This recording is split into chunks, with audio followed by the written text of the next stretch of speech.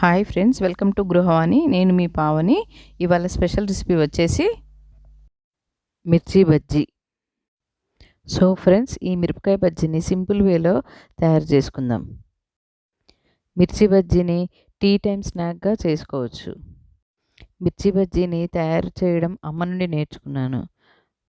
ఈ బజ్జీలు తయారు చేయడానికి ఉపయోగించే పచ్చిమిరపకాయలు పెద్దవిగా మందంగా ఉండాలి. సాధారణ మిరపకాయల కంటే ఇవి కారం తక్కువగా ఉంటాయి. వాటిని నింపడం కూడా సులభం. 250 గ్రామ్స్ బజ్జీ మిర్చీలను వాటర్లో బాగా కడగాలి. తర్వాత ఒక్కో పచ్చిమిర్చిని తుడిచి పక్కన పెట్టుకోవాలి. చిన్న కత్తితో పచ్చిమిరపకాయలను ఒకవైపు చీల్చండి. పచ్చిమిరపకాయలపై కాడ అలాగే ఉంచాలా. ఇప్పుడు చిన్న చెంచా హ్యాండిల్తో పచ్చిమిరపకాయల గింజలను తీసేయాలి. ఒక మిక్సింగ్ బౌల్ తీసుకొని 2 కప్పుల శనగపిండి, 2 టీ స్పూన్ల బియ్యం పిండి, 2 చిటికెల కుకింగ్ సోడా, పావు టీ స్పూన్ వాము, చిటికెడు ఇంగువ, టేస్ట్కి సరిపడా సాల్ట్, హాఫ్ టీ స్పూన్ కారం పొడి, స్పూన్ ఆయిల్ అండి. కొంచెం వేడిగా ఉండాలి. ఇప్పుడు ఒక కప్పు వాటర్ తీసుకొని కొంచెం కొంచెం పోస్తూ మందంగా కలుపుకోవాలండి. పిండిని మరీ లూజ్గా ఉండొద్దు, బాగా కలుపుకోవాలండి. ఈ విధంగా ఉండాలి.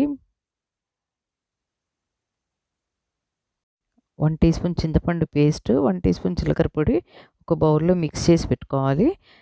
చింతపండు పేస్ట్ రెడీగా లేకపోతే 2 టేబుల్ స్పూన్ల నిమ్మరసంలో కూడా జీలకర్ర పొడి కలిపి పెట్టుకోవచ్చండి.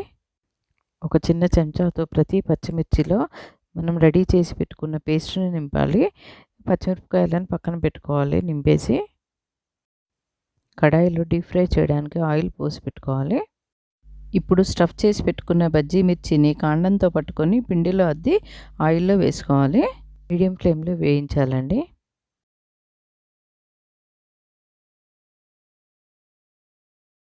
బజ్జీని మెల్లిగా తిప్పుకుంటూ వేయించుకోవాలండి. మిరపకాయ బజ్జీలను కొంచెం గోల్డ్ కలర్ వచ్చేంత వరకు వేయించుకొని తీయాలి. ఈ మిరపకాయ బజ్జీలను వేడిగా ఉన్నప్పుడే స్టఫ్ చేసి సర్వ్ చేసుకుంటే చాలా బాగుంటుందండి. సాయంత్రం చాయ్ లేదా ఫిల్టర్ కాఫీతో తీసుకుంటే చాలా బాగుంటుంది. చూసారా, మిర్చి బజ్జీ పర్ఫెక్ట్గా వచ్చింది. టేస్ట్ కూడా చాలా బాగుంది. ఈసారి ట్రై చేయండి, మీరు కూడా చాలా బాగుందంటారు.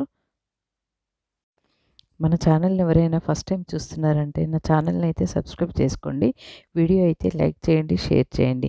పక్కనే ఉన్న బెల్ ఐకాన్ అయితే క్లిక్ చేయండి, ఆల్ చేయండి. నెక్స్ట్ పెట్టే